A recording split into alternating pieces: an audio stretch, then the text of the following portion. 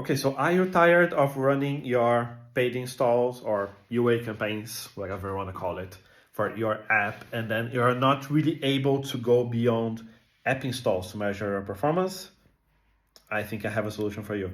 So this is possible, by the way, even if you do have an MMP, or even if you don't.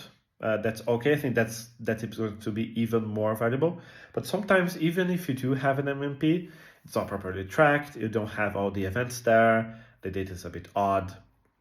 So I'm going to give you the definitive, the meta solution for this. And I don't believe that we don't talk about this. And honestly, I think that the main reason is because that I see that most of the UA professionals, those that I know at least, they don't really use AppStar Connect to measure the results. Because if they did, they would see that there's a much easier solution for their problems. So the first one is kind of basic, but please bear with me, which is using CPPs, right? So let's say that you're using CPP. By the way, if you don't know what's this, it's a custom product page. So that's the equivalent of having a landing page for your store listing. So let's say I'm running ads for my app in the US and I don't know, in Germany. Okay.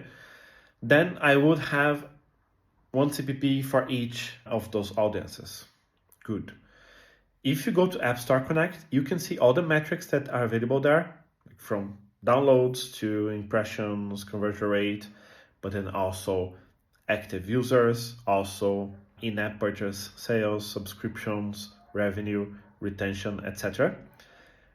That can be filtered by custom product page.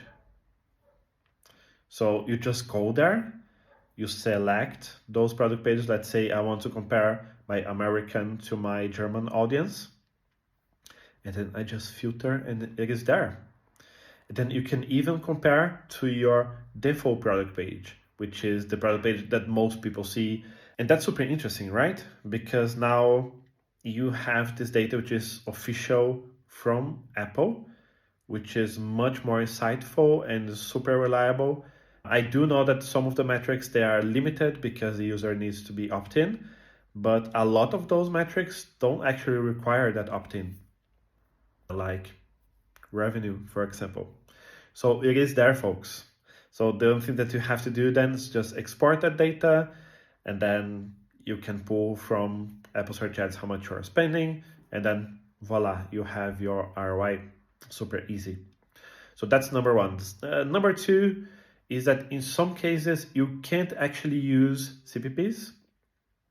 So there are some sources like, it depends, but Google Ads, for example. What I notice is that if you go to your web referrals and your app referrals, some sources are going to be there. And then you can do the same. You just filter by those sources, and then you bring those data points. Again, active users, conversion rate, sales, revenue, retention, uninstalls, whatever. It is there, it's free, it works. I know that's, by using other tools, you have more granularity, you have other sorts of information, etc. That's very good. But what I see is that, yes, a lot of the times people don't trust on that data. But if you're looking on the App Store console, that's much more reliable, and that's also a source that a lot of people just instantly trust because, again, it is official. So that's it. So that's the tip of the day. You can do the same with Google Play, by the way. I can talk about this on the next video. So that's it. Hope that you enjoyed. See you next time.